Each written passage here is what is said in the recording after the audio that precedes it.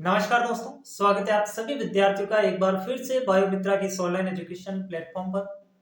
आज के इस सेशन में तमाम विद्यार्थियों के मन में जो सवाल इस वक्त उपज रहे हैं, उनके दिलो दिमाग में कुछ समस्याएं जिनसे वो जूझ रहे हैं, उनके बारे में अपन चर्चा करेंगे और उनको सोल्व आउट करने का प्रयास करेंगे।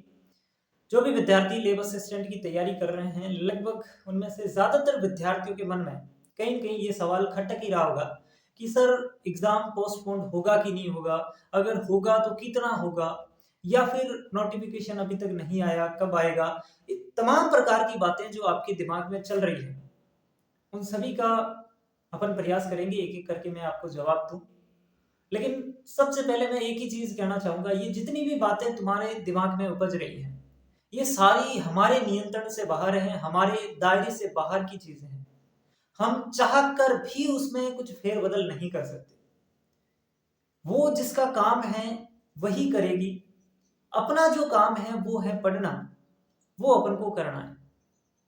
सर आप फिर से वही पढ़ाई पे आ गए, पढ़ाई तो हो ही नहीं रही है। देखो, पढ़ाई नहीं हो रही है, मैं समझ सकता हूँ आपकी सबकी तकलीफें कि इस प्रकार की सिचुएशन में नहीं होती है पढ़ाई।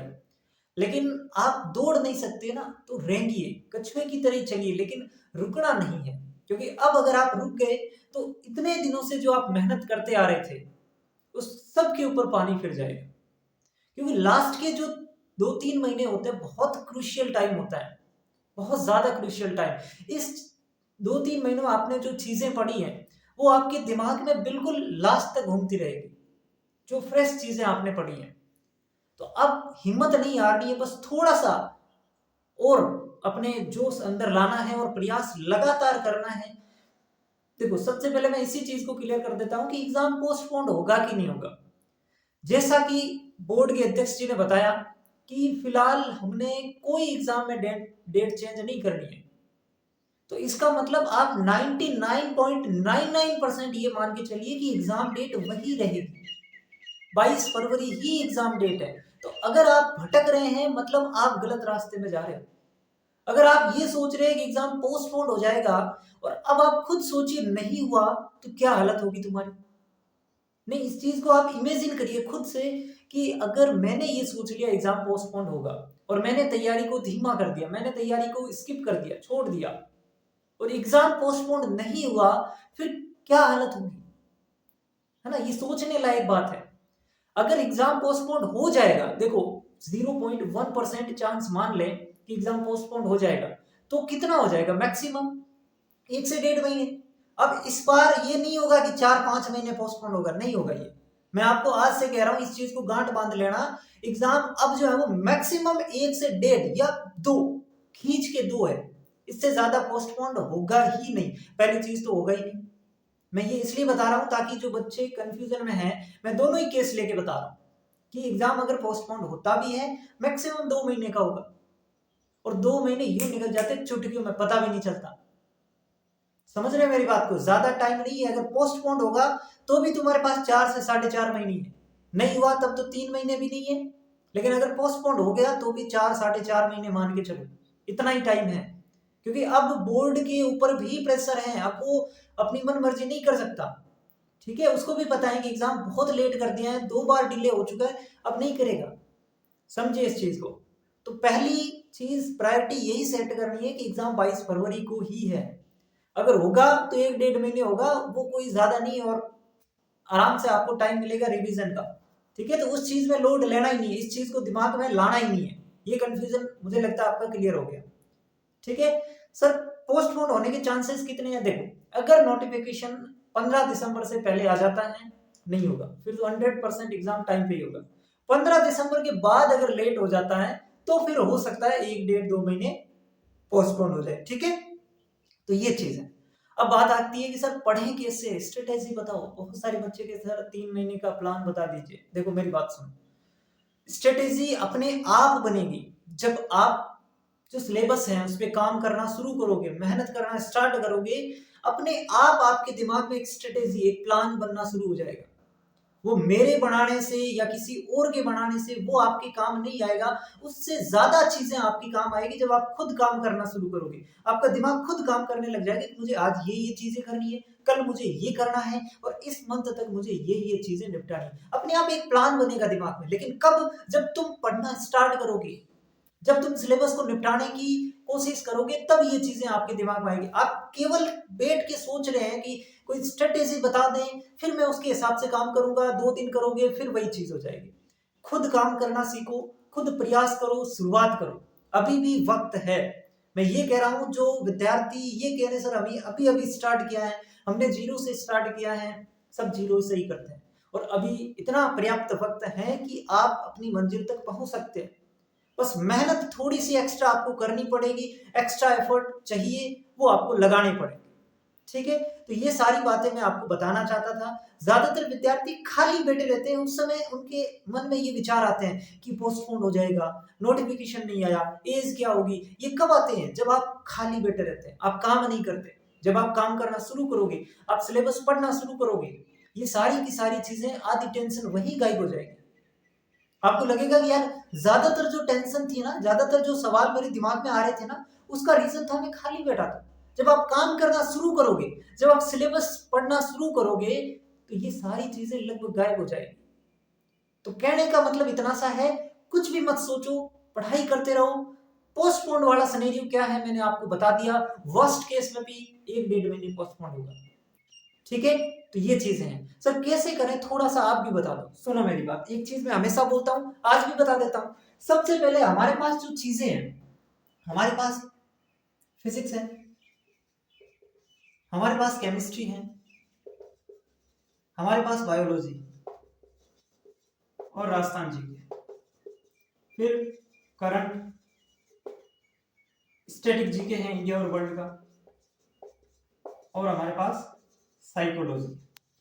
ये इतने सब्जेक्ट है कि नहीं? यस सर है। मैं हर बार बोलता हूं, बहुत सारे बच्चे इसमें कंफ्यूज होते हैं, साइकोलॉजी पढ़नी है कि नहीं पढ़नी, साइकोलॉजी पढ़नी है कि नहीं पढ़नी, स्टैटिक जीके का क्या करना है। समझ रहे मेरी बात को? तो ये देखो, मेरी बात सुनो। सबसे पहले फिजिक्स, केमिस्ट्री, बायोलॉजी और राजस्थान जीके, 150 क्वेश्चन, 150 सवाल, ये 4 सब्जेक्ट दे रहे हैं। अगर तुम इन 4 सब्जेक्ट के ऊपर अपनी कमांड कर लेते हो, इनको तगड़ा कर लेते हो, इनके ऊपर मेहनत कर लेते हो कि भाई मैं इस 150 में से 125 130 क्वेश्चन कर सकता हूं, फिर और ये जितने भी सवाल है ना कि सर साइकोलॉजी कहां से पढ़नी है, साइकोलॉजी कितनी पढ़नी है कि नहीं पढ़नी, सवाल आएगा कि नहीं आएगा, करंट कहां से पढ़े, इंडिया वर्ल्ड जीके कहां से पढ़े, कितना पढ़ना है, लुसेंट से पढ़ ले, ये जितने भी तमाम सवाल जो आपके मन में आ रहे हैं, ये सवाल गायब हो जाएंगे अगर 150 क्वेश्चन पे तुमने कमांड कर ली, 150 क्वेश्चन पे तुमने कमांड कर ली। ये कितने क्वेश्चन दे रहे हैं? मिल के 50 क्वेश्चन, ये दे रहे हैं 150 क्वेश्चन, 125 से 130 सवाल तुमने यहां से कर लिए। फिर ये सवाल तुम किसी से नहीं पूछोगे, चाहे कोई भी हो सामने, क्योंकि तुम्हें पता चल जाएगा यार इसमें मैं इतना स्कोर कर लूंगा, यहाँ पे मैं ठीक ठाक भी कर लूंगा ना, तो मेरा काम हो जाएगा मेरा काम आराम से हो जाएगा। तो सबसे पहले बच्चे जो मेरे को पूछ रहे हैं ना, फिजिक्स, केमिस्ट्री, बायोलॉजी, वही तैयार नहीं है, उनकी राजस्थान जीके भी नहीं है, लेकिन उनको साइकोलॉजी करनी है, उनको इंडिया वर्ल्ड जीके करनी है। पहले इतना करो, फिर मैं आपको बताऊंगा, पर्सनली बताऊंगा। आप मेरे टेलीग्राम पे मैसेज कर देना, इंस्टाग्राम पे कर देना कि कहां से ये पढ़ना है, और बता भी रखा है मैंने, वैसे सारी चीजें बता रखी है। लेकिन पहले ये 4 चीजें जो ऊपर दिख रही है, जहां से नंबर लाए जा सकते हैं, यहां तुम कितना ही पढ़ लो, 50 में से 50 नहीं आएंगे, कितना ही पढ़ लो 40 भी नहीं आएंगे। आ सकते हैं, नहीं आ सकते, सिंपल सी बात है। स्टैटिक जीके कहां से पूछेगा, कोई अता पता नहीं है। करंट कितने महीने पीछे का पूछेगा, कोई अता पता नहीं। साइकोलॉजी में कैसा क्वेश्चन आएगा, हमारे लिए नहीं है साइकोलॉजी, नहीं कर सकते अपन पूरे अटेम्प्ट।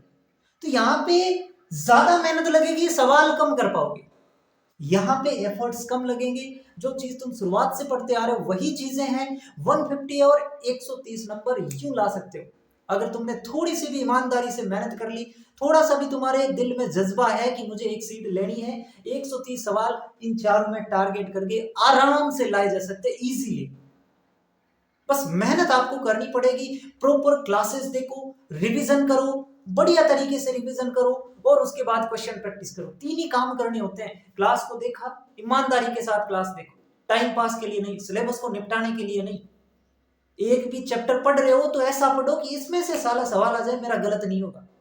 इस तरीके का, इस लेवल का कॉन्फिडेंस तुम्हारे अंदर होगा, तब जाके सिलेक्शन होगा। समझ रहे हो? अब ये नहीं है कि एक बार मैं सिलेबस निपटा दूं फिर पढ़ूंगा, वो टाइम गया, समय नहीं है। कहाँ बचा है समय? हमारे पास 3-4 महीने हैं। तो जो पढ़ रहे हैं साथ के साथ घंटे लगाओ, साथ के साथ दिमाग में यहाँ पे सेट करते जाओ और फिर आगे बढ़ो। भले चैप्टर 2 दिन में एक हो, 3 दिन में एक हो, कोई फर्क नहीं पड़ता, लेकिन पढ़ो ढंग से। ठीक है, चीजें साफ सुथरी होनी चाहिए, अब कचरा नहीं होना चाहिए। चलो, ये इस चीज की होगी। तो ये फोकस होना चाहिए तुम्हारा, ये 100% कंप्लीट हो जाए तब आना इन पे। सर इन पे मान लो हमारा तो ये हो ही गया, अब बताओ आगे। तो देखो करंट के लिए मैंने कई बार बता चुका है, पिछले 6 महीने का करंट पढ़ना है। पिछले 6 महीने का पढ़े कहाँ से? जहां तुम्हारी मर्जी, हमने बता रखा है नानक क्लासेस से पढ़ लो, कुछ बच्चे कपिल चौधरी सर से पढ़ते हैं, कुछ बच्चे गणपत सिंह जी से पढ़ते हैं, राजपुर जो असिस्टेंट प्रोफेसर। तो जहां से आपकी मर्जी, कुछ बच्चे टीचर से नहीं पढ़ना चाहते, बुक लाते हैं, तो मूमल, क्रोनोलॉजी, बहुत सारी बुक आती है एजुकेयर की, तो वो कोई भी आप ला सकते हो, वो कोई बड़ी चीज नहीं है। सवाल लगभग लगभग जितने आते हैं सबके एक दो सवाल का अंतर रहता है, बाकी उतने ही सवाल बैठते हैं। ठीक है, तो ये चीजें। सर स्टैटिक जीके लूसेंट से पढ़ लो। स्टैटिक जीके में एक बात विशेष ध्यान रखना, सबसे पहले इंडिया और वर्ल्ड दोनों की ज्योग्राफी पढ़ लेना। लगभग 50% क्वेश्चन इसमें से मिल जाएंगे। अगर 20 सवाल आएंगे तो 10 सवाल आपको इंडिया और वर्ल्ड की ज्योग्राफी से मिलेंगे। और फिर मैंने आपको इंपॉर्टेंट टॉपिक बता रखे हैं, सारी चीज बता रखी है, लेकिन करना तो आपको ही पड़ेगा ना। इंपॉर्टेंट टॉपिक जो बताए उनको कर लो, इंडिया और वर्ल्ड की ज्योग्राफी पढ़ लो, बस हो गया काम। इतना ही करना है इसमें। अगर आपने यहाँ पे कमांड कर ली ना तो ये सारी टेंशन खत्म है। ठीक है सर, साइकोलॉजी बहुत सारे टीचर्स हैं, वंदना जादव मैम है, इसके अलावा विवेक पारिक सर हैं, और भी लक्ष्य क्लासेस पे एक नाम मुझे याद नहीं आ रहा, तो बहुत सारे टीचर साइकोलॉजी के। यूट्यूब पे फ्री है, ये सारी चीजें फ्री अवेलेबल है, कोई कोर्स लेने की आवश्यकता नहीं, किसी के पास जाने की आवश्यकता नहीं। तुम अपने हिसाब से कोई भी टॉपिक है यूट्यूब पे सर्च मारो, बहुत सारे वीडियो सामने खुलेंगे, जहां से पसंद आए वहां से पढ़ लो।